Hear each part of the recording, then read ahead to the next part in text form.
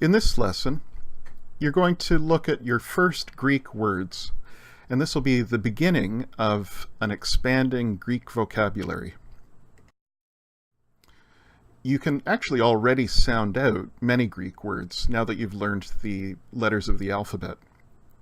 So you can sound out the word typos, or the word tomos. Typos means type, or tomos means cutting. And once we begin to learn some Greek words, we're going to find that Greek is actually everywhere in English. If you've ever seen My Big Fat Greek Wedding, you might remember that the father of the bride is Greek, of course, and is constantly explaining how absolutely every word in English derives from Greek. Well, he may be a little bit over the top, but he's not that far off.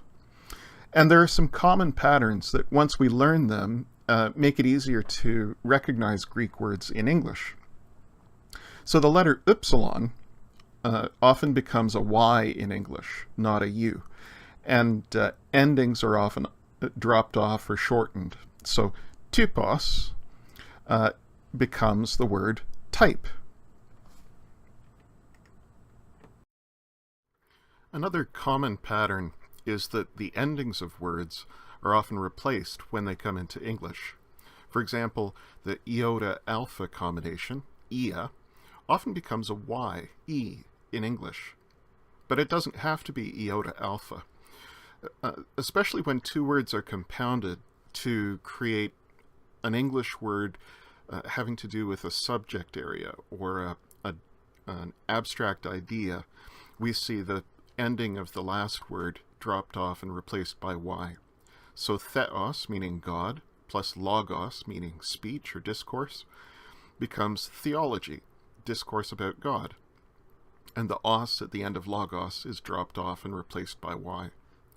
Monos plus gamos gives us monogamy. Monos meaning one or only, and gamos meaning marriage. Topos, meaning place, plus graphe, meaning writing, gives us topography, having to do with the map making or the contour of land when we're making maps. In fact, most medical terms are Greek. I said before that the word tomos means cutting, and so we have a word like lobotomy, where lobos means a lobe or a pod, and tomos means cutting, and so a lobotomy is a cutting of the lobes of the brain.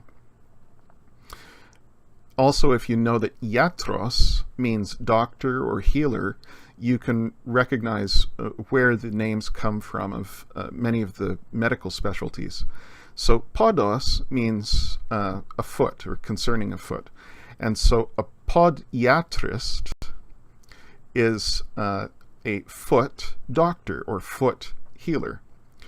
And since the psyche is the mind or the soul, a psychiatrist or psychiatrist is a healer or a doctor for the mind or the soul.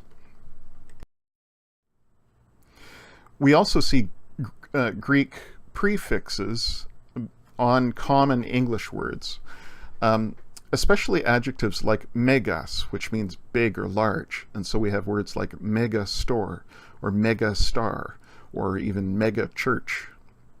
And its opposite adjective, mikros, means small or tiny. And we see that in words like microscope or microprocessor or microwave. Here are a few words you'll use right away. If you have to answer yes or no, then you'll need to know the words nai and u. Nai means yes, and u means no.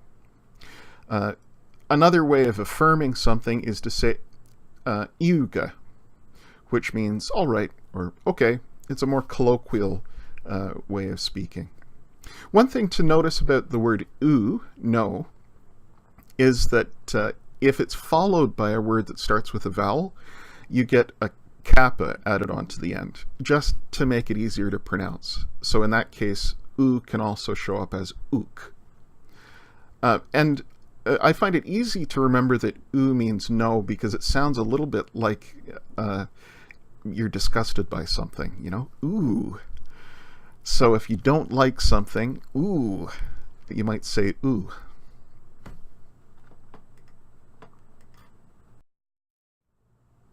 When you get feedback from the townspeople in Paideia, you'll probably hear two words, kalon and kakon. Kalon means good, well done, and kakon means bad, poorly done. But if somebody says oo kakon, that's saying not bad. Maybe not great, not quite kalon, but oo kakon. Now, another kind of word that we're going to use right away is conjunctions. Conjunctions are connecting words. They can connect sentences. Sometimes they can connect clauses in a single sentence.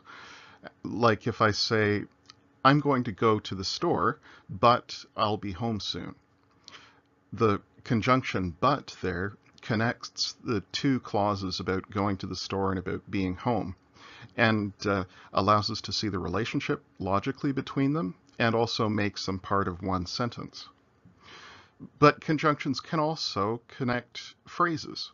So I could say, I'm going to the store and to the park. The conjunction and there in English connects the two phrases to the store and to the park. Now, there are four very basic conjunctions in Greek. Three of them mean more or less the same thing, and these are kai, te, and de. Kai is usually translated and, te is usually translated and de is often translated and or but. Now, what's important to understand about kai, te, and de is that they're all very, very weak connectors.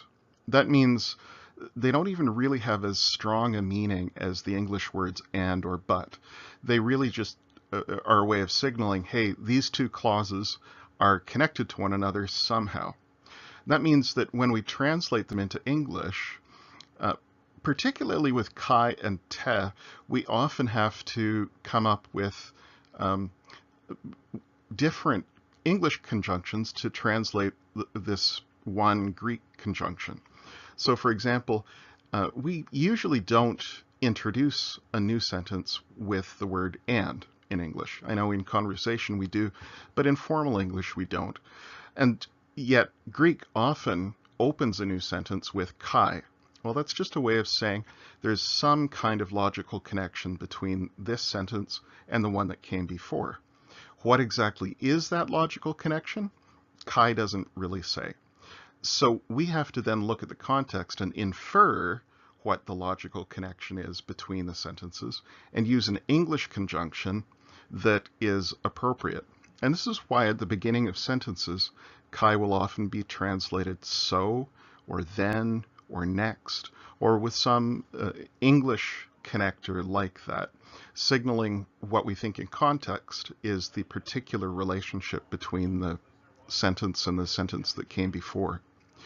Te is really used almost identically, although we don't see it nearly as often as we see kai.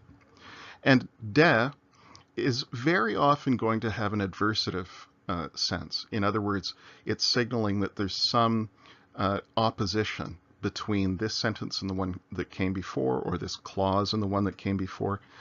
We just have to keep in mind that it doesn't always have an adversative connotation. It's also a very weak connector.